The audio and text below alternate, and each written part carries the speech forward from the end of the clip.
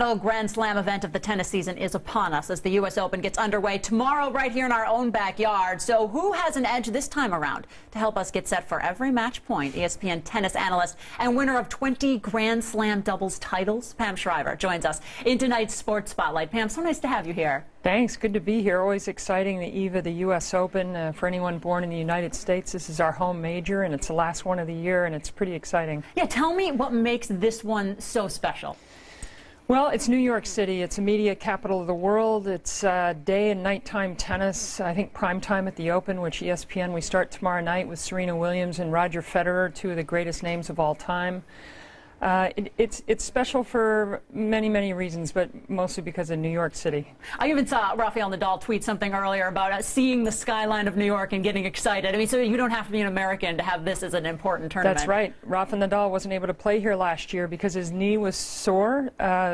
We try and have as many healthy players as possible, which is one of the things we're going to talk about, is how you stay healthy in this active lifestyle of tennis players. And one of the things I've found is through actually heat patches that Salon-Pa makes. And it's kind of interesting to see in tennis right now, so many over 30 players are having their best ever careers, and they're trying to figure out ways to elongate their career. And it means prize money, it means endorsements, it means tennis history, which is what Federer and Serena Williams, but you have to stay healthy.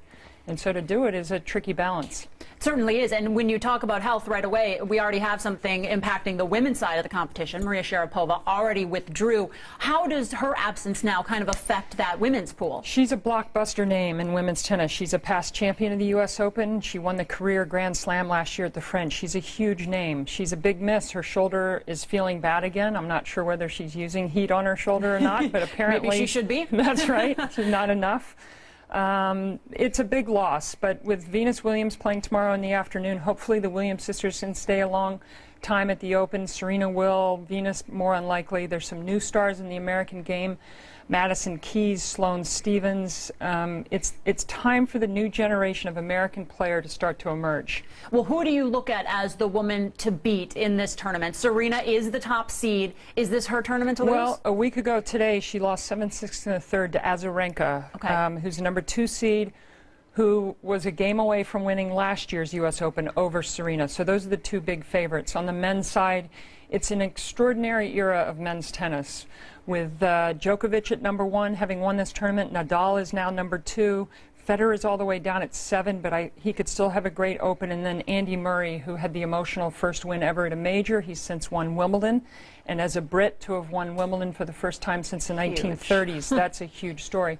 But again, on the hard courts at the U.S. Open, it's really about the athletes staying healthy after a long year of tennis. When you do look at the men's side, then, Djokovic being the top seed, is he, in your opinion, the guy to beat? No, my guy that I've picked is Rafa Nadal. Okay. He's come back incredibly well from missing 7 months last year. He's playing the last 2 hardcore tournaments without a knee, even a knee strap on.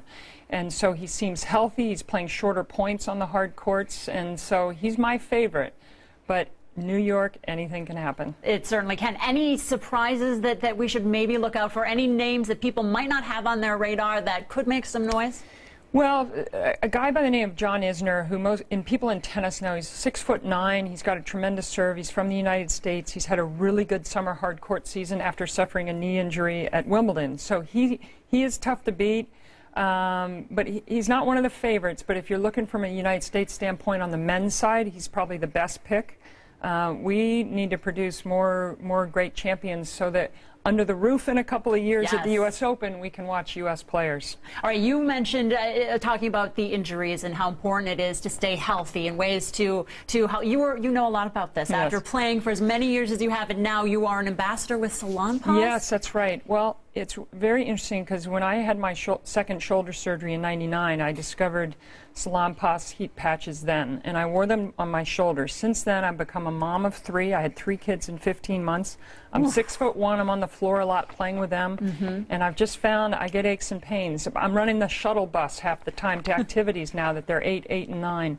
So I find keeping parts of my body warm is really important. When I had injuries when I played my tennis, I put ice on it. Now, heat feels better, and it lasts for like 8 to 10 hours. and it's the easiest thing I can do to keep myself moving quickly. And you'll see that at the U.S. Open when ESPN says, Pam, go from grandstand court out to court 17 now. Yes. I got to get up and run. The game within the game. That's right. That is. That's right. Well, we look forward to you and the action getting underway tomorrow. ESPN is where it all begins. We will be watching. Thanks so much for joining us. Thank you. All right, wonderful. As we said, the action begins tomorrow. 2 weeks of some exciting tennis are ahead. For now, we'll send it back to you.